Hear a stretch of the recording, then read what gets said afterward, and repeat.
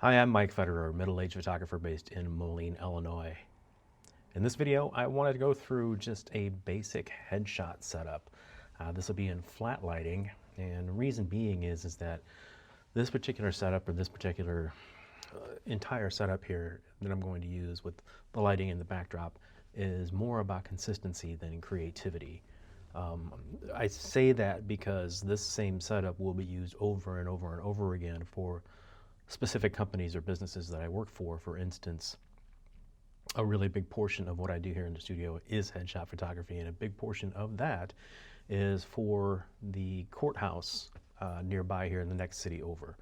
So they'll oftentimes have new judges come in that need a new headshot done.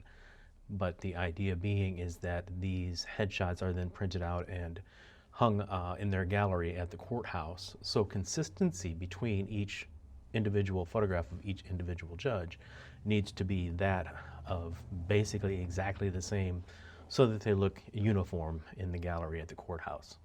So I'll go through what camera I'm using, what lens I'm using, the lighting setup, the modifiers I'm using, and just kind of, the camera settings, I guess.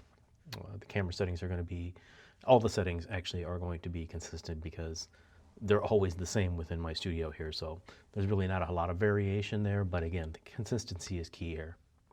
So the first thing I'm going to do is get the camera mounted to my studio stand here, the camera stand. And just so you know, the equipment that I'm using today, this is one of my A7 IIIs, the Sony A7 IIIs paired or coupled to the Tamron 28-75 f2.8. It's just a flexible lens that I like to use here in studio for headshots in particular. It just gives me a little bit of flexibility as far as zooming in and out of the subject and whatnot. On top of that, we'll go with the tried and true Pocket Wizard Plus 3. These are older tools, if you will, but there's no reason to upgrade if everything you have works consistently and works well.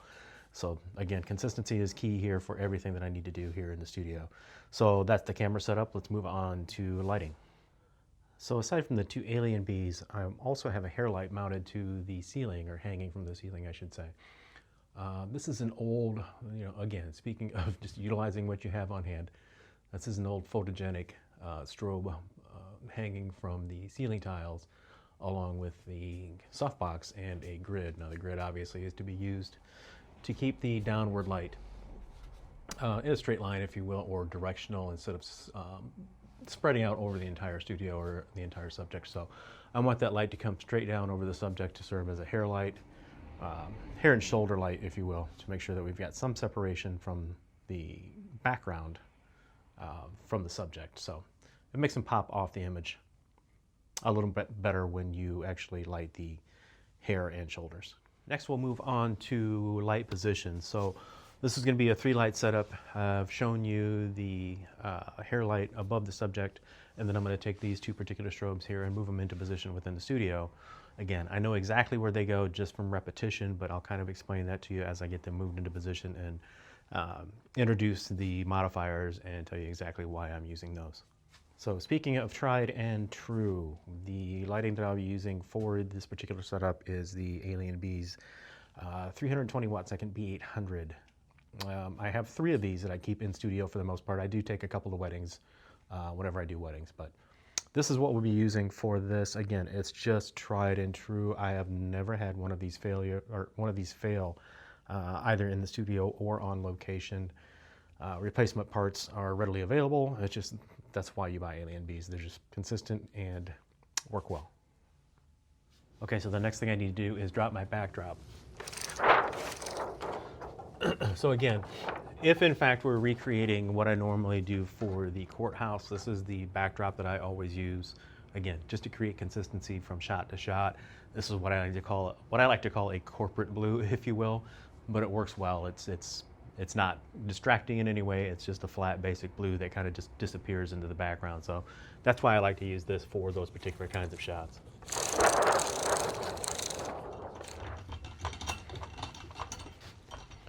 So the way I'm positioning these is each one out here to light the subject is basically, if we look at the seating arrangement or where the subject's going to be sitting, I want my lights at 45 degrees out from the subject here. Let's move this camera out of the way, shall we? So consistently, I want my lighting 45 degrees away from the subject and roughly 45 degrees high from the subject here as well to provide lighting of equal portions on either side. Now what I mean by that is the power on each of these units or each of these strobes is going to be set exactly the same. And then the modifier that I'm using with these lights is actually just reflective umbrellas. The reason I want to use those is because the light's going to bounce from the strobe into the umbrella, spread out, and then come back down upon my subject evenly across, coming from both sides, but evenly from left to right, top to bottom. One of the big advantages to using this is that this is generally called flat lighting. We're not using the lighting here to create shadows, which is what, more creatively we might do. But here, when we're thinking about, again, consistency, we want everything to be lit evenly from front to back, top to bottom. Another one of the advantages of doing this is to help eliminate, for headshots in particular, to help to eliminate or diminish, if you will, the deep creases or wrinkles that we may have in our faces. So even lighting is going to help to fill in those particular distractions or flaws, if you will, wrinkles, so that they're just not as noticeable and more pleasing to the viewer. So once I've got the light stands in the physical position where I want them on the floor here in the studio, this is where I'll come back and actually set up my strobes. And I'll show you exactly what we're going to do here. So turning them on, and then again, because I do this so many times over and over and over here, I already know what these should be set at for the studio for this particular kind of work. So we're going at 1/4 power, 1/4 power on the Alien Bees, and basically it's ready to go. So here we are again with the secondary light here, the second light. Again, we'll deploy the umbrella. Turn on my strobe. Now this is set to 1/2 power right at the moment, so I'm going to drop it back down to 1/4 because that's all I'll need for this particular application. And we'll bleed off the extra power there, make sure it's ready. Again, we'll get her lined up. And in position here at 45 and 45. Relative to, again, the subject. One thing I forgot to do is, you saw the Pocket Wizard Plus on the top of the camera. Now we also have to have one, at least one, plugged into the strobes themselves. So what this will do is, when we push the shutter button on the camera, that Pocket Wizard strobe, or that Pocket Wizard will transmit a signal to this Pocket Wizard telling this particular light to fire. This in turn, when it fires, will hit the photocell on the other sister light over there, if you will, and cause that to fire. So there's actually a couple of different functions that are happening wirelessly here. So click the button, signal here to here, signal here to here, signal here to the photocell at the other light.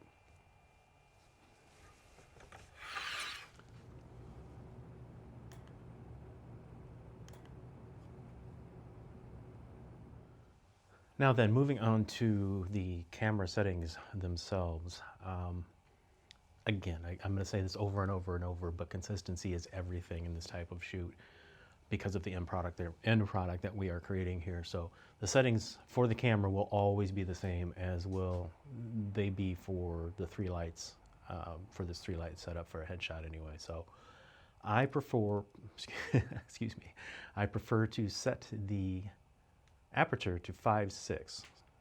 So 5.6 f5.6 for my aperture. This allows me to keep the majority of the subject's face in focus, but also create at the same time a little bit of fall off out of focus the further you go back into the photograph. So obviously I want the subject's eyes to be completely tack sharp and in focus, but have the focus fall off a little bit by the time we get to the ear of the subject, let's say, or definitely at least by the time we get to the background, just to kind of help soften that background a little bit just by using the aperture settings. Now, as a general rule, I do for shutter speed for basically any kind of work I do, unless I'm shooting sports, I don't want to go any less than 125th of a second. That's just basically what I do for everything. Now for my ISO, I want to keep it as low as I possibly can, although these cameras nowadays are so great, so sensitive. I'm usually going to set this probably at about 160, ISO 160, and then I'll take a quick test shot just to make sure that I'm not getting any kind of weird stuff happening here. Now I'm going to center this, of course. Take a quick test shot, and the lighting looks pretty uniform, which is obviously my goal. Looks nice, nothing overpowering, just nice, flat, even lighting. So now that I've got the camera set up in order camera settings set, I will then get ready for the actual shot. So what I'll generally do now is have the subject have a seat on the stool, and we'll do 2 separate photographs, if not more, but at least the minimum of 2. I'll have the subject facing their body toward one of the lights and then just rotate their head back toward the lens of the camera. And then we'll go the opposite direction, knees, body facing this particular light over here at 45 degrees away from the seating position, and then again, turn the chin back toward the camera. Getting them to sit up nice and tall and get a big smile. Now getting a big smile, obviously our natural smile, is part of where we earn our money as photographers, because sometimes it's not easy. You have some people that don't even want to smile at all. They may just give you a little grin, and that's fine if that's what they're comfortable with. But getting a natural smile is the challenge, and makes it so much better if you can get just a really natural smile instead of the forced, which you can tell is forced from a mile away, right? So that's the goal here.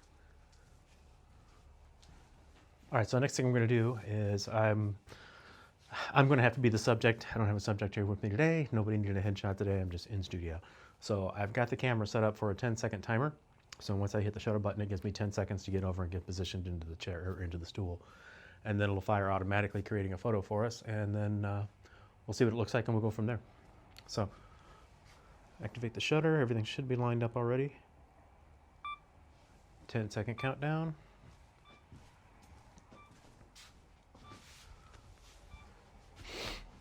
Look as completely dumb as I possibly can. Good. Photograph is taken. We'll take a look at it here.